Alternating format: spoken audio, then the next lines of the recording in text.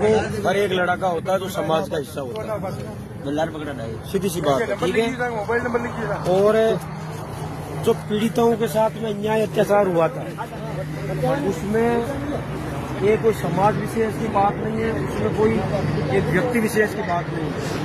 पूरा दलित समाज, मजदूर वर्ग और भी अन्य समाज सारे जुड़े हुए हैं। उनकी एक ही मांग है, उनकी एक ही डिमांड है कि 36 कौम को न्याय तब मिलेगा जब अपराधियों की गिरफ्तारी हो, ठीक है। रही बात क्षेत्र में एक विशेष चर्चा है कि बावरी समाज का धरना है और उधर अपराधी तत्व किसी जाति विशेष से ताल्लुक रखते हैं तो उनका आमने सामने की लड़ाई है। ऐसा कुछ भी नहीं है, ये झूठी अफवाह है।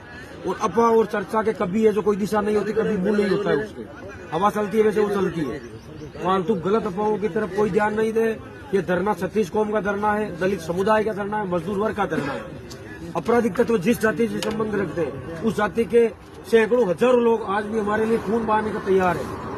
हम लोगों ने उनके लिए पसीना बहाया, हमारे लिए खून बहाने को तैयार जिस जाति से अपराधिक तत्व संबंध रखते हैं। ऐसा कुछ नहीं है। राजपूत समुदाय हो गया, बड़ा संवर्ग है। जाट समाज हो गया, बड़ा वर्ग है। सुनार समाज हो गया, बड़ा वर्ग है। प्रजापति समाज को बड़ा वर्ग है। दमोवी समाज हो गया, बड़ा वर्ग है। ये सारे समाज मिलकर ही तो एक भारतीय समाज बना हुआ है। सिर्फ एक समाज से कोई समाज नहीं चल सकता, एक दिन भी नहीं चल सकता। समाज के सहयोग से समाज चलता है। एक दूसरे समाज आपसी गठजोड़ है। अगर समाज के बगैर काम चलेगा बताओ आप, अगर दमोवी समाज को हम नहीं बुलाएंगे कोई मांगलिक कार्य कर पाएंगे? ब्राह्मण समाज को नहीं बुलाएंगे तो कोई मांगलिक कार्य कर पाएंगे? नहीं कर पाएंगे। अगर मजदूर वर्ग से अपन लोग भी मजदूर वर्ग से बिलोंग रखते, बड़े जो खेती बाड़ी वाले लोग हैं उनके काम कैसे चलेंगे बिना मजदूर वर्ग के? बताओ, नहीं चलेगा। किसी भी कोई दो समाजों की लड़ाई नहीं है, सिर्फ और सिर्फ लड़ाई है तो पीड़ित पक्ष और अपराधियों के लिए लड़ाई है। ये तो लोग आ रहे हैं, 36 कौम के लोग आ रहे हैं, सर्व समुदाय के लोग आ रहे हैं। तो जहां तक अपराधियों को कड़ी से कड़ी सजा नहीं हो, कार्रवाई नहीं हो, जहां तक उनकी गिरफ्तारी नहीं हो, तब तक धरना ये यूं ही चलता रहेगा। और लोगों की आबादी धरना स्थल पर दिनों दिन बढ़ती जा रही है और बढ़ती रहेगी। और जब तक न्याय नहीं मिलता तब तक ये धरना यूं ही चलेगा, ये मजबूती के साथ चलेगा।